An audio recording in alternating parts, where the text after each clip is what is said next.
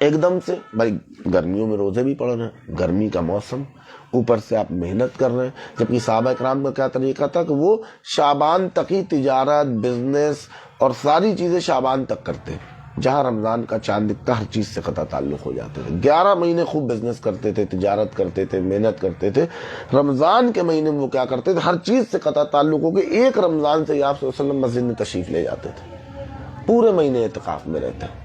صحابہ اکرام بھی مطلب بادشاہ اسلام بھی جس کو سزا دینی ہوتی شعبان میں ہی دے دیتا، کوئی بھی شخص رمضان میں کسی کو نہ سزا دیتا، جو لین دین کرنا ہوتا سب شعبان میں کر لیتے، رمضان میں کوئی کسی سے لین دین نہ کرتا، سب کے سب اللہ کی ذات میں ڈوب جاتے تھے، کیونکہ یہ بخشش اور مغفرت کا سامان بن کے رمضان آیا۔ پتہ نہیں اگلی سال ہماری 15ویں شب میں کیا فیصلہ ہوا ہماری زندگی کا کہ اگلی سال ہمیں رمضان ملے گا بھی یا نہیں، ہم نہیں جانتے۔ تو اس لیے ہوتا کیا ہے کہ ہم آپ مطلب صحابہ اکرام پہلے سے تیاری کرتے تھے، ہم آپ پہلے سے تیاری نہیں کرتے، جبکہ ہمیں کیا کرنا چاہیے تھا، اگر ہم پہلے سے شعبان میں ہی روزے رکھتے کچھ تو ہمارے جسم کی ایک عادت ہو جاتی، تو جب رمضان المبارک میں روزہ آتا تو ہمارے لیے روزہ کوئی نئی چیز نہ ہوتی، جو ہم 11 مہینے میں ہمارے جسم کا پورا نظام بدل چکا ہوتا ہے، نظام جسم کا دھیرے دھیرے کدھر کی طرف آنے لگتا، روزوں کی طرف آنے لگتا، پھر جب رمضان شروع ہوتا تو ہمارے جسم کی عادت بن چکی ہوتی، اور ہم کو کیا نہ ہوتا، ہم کو یہ جو 3 دن 4 دن تک ہم جاتے ہیں اور جسم ایک دم سے دڑام ہوتا ہے اور ہم چھوڑ دیتے ہیں، یہ جو کیفیت آ رہی یہ نہ آتی۔ ہم کہتے ہیں گرمی بہت ہے، کام کرتے ہیں تو روزہ رکھنے میں دقت ہو رہی ہے، ہم کام نہیں کر پاتے، یہ ساری کنڈیشنز سے ہم باہر نکل آتے اگر ہم کیا کرتے، رمضان المبارک سے پہلے شعبان میں روزہ رکھ لیتے، پہلی چیز۔ دوسری چیز، جو لوگ تمباکو وغیرہ کھاتے ہیں، میں نے کہا تھا جو نکوٹین لیتے ہیں، تمباکو کسی بھی شکل میں کھاتے ہیں، تو تمباکو کیا ہوتا ہے، نرو اسٹیمولنٹ ہوتا ہے، ہمارے نروس سسٹم کو ایکٹیویٹ کر دیتا ہے، ہم کو مطلب اتنا ذہن کو مطلب الرٹنس انسان کی بڑھا دیتا ہے، تمباکو ہو چاہے چائے ہو چاہے وہ کافی ہو، یہ ہمارے جسم میں الرٹنس بڑھا دیتا ہے، ہمیں ایسا لگتا ہے کہ بڑی انرجی آ گئی، طاقت آ گئی، طاقت نہیں آتی، بس وہ کیا کرتے ہیں، الرٹنس کو بڑھا دیتے ہیں۔ جب ہم تمباکو وغیرہ یہ سب چائے یا کافی بہت زیادہ پینے لگتے ہیں، ہم اس کے عادی ہو جاتے ہیں، تو جب یہ ہمیں نہیں ملتا، آپ کسی مطلب تمباکو یا سگریٹ یا بیڑی پینے والے سے پوچھے گا، جب اس کو چھین لی جاتی ہے سگریٹ بیڑی یا وہ چھوڑنے کی کوشش کرتا ہے تو وہ کیا سب سے بڑی پرابلم بتاتا ہے، پہلے وہ یہی بتاتا ہے کہ میں نے جیسے ہی سگریٹ چھوڑی یا میں نے جیسے ہی پان یا تمباکو چھوڑا تو 2-3 دن مطلب کئی ہفتوں تک وہ کنڈیشن یہ بتاتے ہیں کہ جسم میں ایک دم ایسا لگتا ہے طاقت ہی نہیں ہے، ایسا لگتا ہے ہر وقت سستی چڑھی رہتی۔ تو دیکھیے آپ کھانا بھی کھا رہے ہیں، پانی بھی پی رہے ہیں، سب کچھ کر رہے ہیں، صرف آپ نے کیا کیا، تمباکو یا کافی یا چائے اگر زیادہ پیتے اس کو چھوڑا ہے تو آپ کا نفس کیا ہوا، چلا اٹھا، آپ کے اندر الرٹنس کی کمی ہوئی، کیونکہ آپ کی باڈی ایڈکٹڈ ہو گئی تھی کیفین کی، نکوٹین کی، تمباکو کی، سگریٹ کی، بیڑی کی، پان کی، کافی کی، چائے کی۔ اب جب وہ چیز نہیں ملتی، ایڈکٹڈ مطلب عادی ہو جانا، جب وہ نہیں ملتا تو باڈی کے اندر کیا آتی، سستی آنا شروع ہو جاتی۔ تو اب ہم نے کیا کیا، ایک تو ہم کھانا پینا نہیں کھا پی رہے رمضان میں، یہ ایک تو انرجی کا لیول کم ہوا، دوسری چیز ہمارے اوپر 2 مار پڑ گئی۔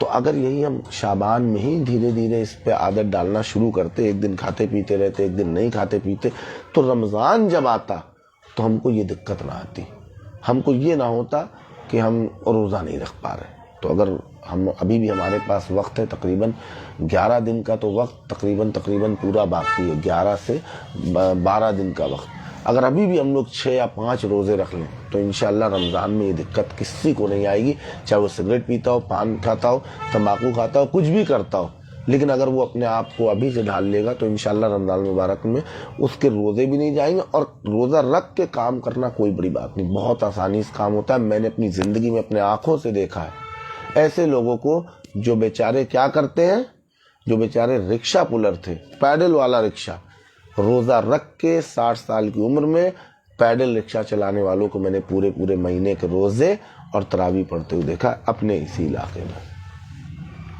تو یہ شیطان ہے، یہ نفس ہے جو کہتا ہے کہ نہیں روزہ رکھ کے کام نہیں ہو سکتا، روزہ رکھ کے صرف اور صرف آخر میں آپ کو یہ ہو سکتا ہے کہ پیاس کی وجہ سے آپ کی زبان سوکھ جائے، ہونٹ سوکھ جائے، بس، ورنہ جسم کے اندر کیا ہوتا ہے، جو لیور ہوتا ہے، بھائی ہم جو کھاتے ہیں وہ تو 5 گھنٹے کے اندر پچ کے ختم ہو جاتا ہے نا۔ اب اس کے بعد جو انرجی ملتی ہے کہاں سے ملتی؟ جو ہمارے جسم میں فیٹ سیلز ہوتے ہیں، لیور کیا کرتا ہے اس فیٹ کو شوگر میں کنورٹ کر کے گلوکونیوجینیسس ایک پروسیس ہوتا ہے جس میں فیٹ کو کیا کرتا ہے ہمارا لیور گلوکوز میں بدل کے ہماری باڈی کو کنٹینیوسلی انرجی ملتی رہتی ہے. یہ بھول جائیے کہ انرجی نہیں مل رہی، بس کیا ہوتا ہے کہ ہماری سائیکولوجیکل وہ ہوتا ہے کہ ارے آج کچھ کھایا پیا نہیں. جس دن پانی نہ پیجیے، جس دن سحری نہ کیجیے، اپنے آپ ارے آج زیادہ کچھ کریں گے نہیں. کیوں نہیں کریں گے؟ ارے آج سحری نہیں کی نا. تو آپ سحری کریں اور چاہے نہ کریں، اپنی زندگی میں ہم لوگ پریکٹیکل کر کے دیکھ چکے ہیں، ہزاروں کو دیکھ چکے ہیں، ہزاروں لوگوں کو، کہ سحری کیجیے اور سحری میں برکت ہے، کرنی چاہیے، سنت ہے. میں یہ نہیں کہہ رہا سحری نہیں کرنی چاہیے، خدا نہ خواستہ اگر سحری آپ کی چھوٹ گئی یا آنکھ لگ گئی آپ کی، آپ نہیں اٹھ پائے، تو سحری نہ کرنے کا امپیکٹ بس یہی ہو سکتا ہے کہ سائیکولوجیکل، کیونکہ 5 گھنٹے کے بعد تو سحری آپ کی ختم ہو جاتی ہے. اگر آپ نے 4 بجے سحری کی ہے تو 9 بجے آپ کی سحری ختم ہو گئی. اب جو انرجی ملنی ہے وہ وہی 5 گھنٹے پہلے ہوتا ہے. بس ہاں یہ ہے کہ ادھر 5 گھنٹے بعد آپ کو بھوک کا احساس شروع ہوتا ہے، اور وہ بھی 4-5 دن میں باڈی اتنا اڈیپٹ کر لیتی ہے، باڈی اتنا زیادہ اپنے آپ کو ڈھال لیتی ہے کہ پھر عید والے دن جو الحمدللہ پورے روزے رکھے ہوتے ہیں نا، ان کا کھانے کا من نہیں کرتا، زیادہ کھا لے تو پیٹ اور خراب ہو جاتا ہے. تو باڈی ڈھال لیتی ہے 1 مہینے میں، 5 سے 7 دن میں ہی ڈھال لیتی ہے. آپ کو ہفتہ 10 دن گزرے گا نا، آپ کو روزہ لگے گا نہیں، آپ کو تو لگے گا رہے تو میری کوئی نارمل سی چیز ہے اور سحری کرنا. پھر آپ کو عید والے دن بھوک کا احساس نہیں ہوگا. لوگ کہیں گے ارے سوئی کھا لیجیے، یہ کھا لیجیے، وہ کھا لیجیے، آپ کہیں گے نہیں ہم نہیں کھا پائیں گے، بھوک ہی نہیں لگ رہی. کیوں نہیں لگ رہی؟ کیونکہ جسم نے اپنی عادت کو 1 مہینے میں بدل لیا. تو ہمارے جسم کو مطلب ڈھلنے میں وقت لگتا ہے. تو ہم کیا کریں؟ ہم یہ نہ سوچیں کہ محنت کریں گے تو ہم کیا کریں گے، ہم روزہ نہیں رکھ پائیں گے. ارے آپ کرکٹ کھیلیے، ہاشم املہ کے بارے میں تھوڑا سرچ کر لیجئے گا. وہ بندہ ایسا ہے کہ اس نے ٹیسٹ میچ جو کہ صبح میں کتنے بجے شروع ہوتا ہے، 8 بجے، اور شام میں 5 بجے تک چلتا ہے، اس نے ٹیسٹ میچ کھیلے اور اسے بیٹنگ کرنے نہیں آیا، فیلڈنگ ساری چیزیں، پورا دن اس نے بیٹنگ کی روزہ رکھ کے. کیسے کر لی؟ تو ہمارے جسم کو اللہ نے بہت طاقت دی ہے. یہ ہم ذہنی طور پہ غلام ہو جاتے ہیں کہ ارے ہم روزہ رکھ کے کہاں محنت کر پائیں. ماں باپ بھی ارے نہیں بیٹا تم کام کرتے تم روزہ نہ رکھو، دین سے دوری کے باعث. پتہ چلا سحری نہیں کی تو ارے آج زیادہ بولیں گے نہیں، آج زیادہ بھاگیں گے نہیں. کیوں نہیں؟ ارے وہ اس لیے کیونکہ آج سحری نہیں کی نا، آج تو زیادہ. ارے تو 5 گھنٹہ پہلے آپ کو بس بھوک کا احساس ہونے لگے گا، بس یہ ہو جائے گا. جو بھوک کا احساس آپ کو 10-11 بجے ہوتا، اور وہ بھی کتنے دن ہوتا ہے؟ بمشکل 5 سے 7 دن، بہت حد ہے 8 دن یا 10 دن رکھ لیجئے، آپ کی باڈی پوری طریقے سے ڈھل جاتی ہے. تو شیطان کو مات دیجئے. رمضان المبارک کے روزے آپ کی پوری باڈی کی کلینزنگ کر دیتے ہیں. میں انشاءاللہ اس پہ کل گفتگو کروں گا کیونکہ تھوڑا آج وقت زیادہ ہو گیا ہے. انشاءاللہ کل ہم لوگ اس پہ گفتگو کریں گے کہ روزے کے طبی فوائد کیا ہیں، روزے کے میڈیسنل بینیفٹس کیا ہیں، میڈیکل سائنس کیا کہتا ہے روزے کے لیے، کہ روزہ رکھنے سے ہمیں اور کیا کیا فائدے ملتے ہیں. آخرت کے فائدے تو ہم سب جانتے ہیں کہ بخشش، مغفرت، نجات کا ذریعہ ہے. کسی کی 60 سال کی زندگی گناہ ایک طرف رکھ دیجئے اور ایک رمضان المبارک ایک طرف رکھ دیجئے کہ اللہ کی رحمت اگر جوش میں آ جائے اور ہم پوری طریقے سے ڈوب جائے، بھائی 10 دن اس کے رحمت کے، 10 دن مغفرت کے، اور 10 دن جہنم کی آگ سے آزادی سے. تو انشاءاللہ اگر بندہ چاہ لے، جبریل امین نے بددعا کی کہ یا رسول اللہ صلی اللہ علیہ وسلم ہلاک و برباد ہو جائے وہ شخص جو رمضان کا مہینہ پائے اور اپنی بخشش مغفرت نہ کرا پائے. تو انشاءاللہ ہم لوگ اگلے اپنے بیان میں روزوں کے جو طبی فوائد ہیں، جو میڈیسنل بینیفٹس ہیں، اور دنیا میں ہمیں روزے سے کیا فائدہ ملتا ہے. آج کا وقت وہ ہے نا کہ بہت سارے لوگ اتنا علم سے، دین سے دور ہو گئے کہ وہ تو بس دنیا کے فائدے ہی ڈھونڈتے ہیں کہ ہر چیز میں. تو چلیے آپ کو یہ بھی بتا دیں گے کہ دنیاوی فائدے ہم کو کیا ملتے ہیں روزہ رکھنے سے. ویسے بتانے کی ضرورت نہیں، جب اللہ نے فرما دیا، فرض کر دیا روزہ ہم پہ، اس کے رسول نے فرما دیا، تو یعنی کہ ہمارے لیے رحمت ہی رحمت ہے، زحمت نہیں رحمت ہے. تبھی اللہ اس کے رسول نے ہم پہ یہ فرض کیا ہے کہ نہیں، روزہ ہر مسلمان عاقل بالغ پہ کیا ہے، فرض ہے. کیوں؟ کیونکہ اس کے بڑے فوائد ہیں دنیا میں بھی اور آخرت میں بھی. آخرت کے فوائد پر ہم لوگ گفتگو کر چکے کل بھی اور انشاءاللہ آج بھی. اب ہم لوگ جو گفتگو کریں گے وہ کل گفتگو کریں گے روزے کے طبی اور میڈیسنل فوائد کیا ہے. اللہ تبارک و تعالیٰ کی بارگاہ میں دعا ہے کہ مولا تبارک و تعالیٰ ہم سبھی کو کہنے سے زیادہ سننے کی اور سننے سے زیادہ عمل کرنے کی توفیق عطا فرمائے. وما علینا الا البلاغ. استغفر اللہ ربی من کل ذنب واتوب الیہ. حق لا الہ الا اللہ محمد رسول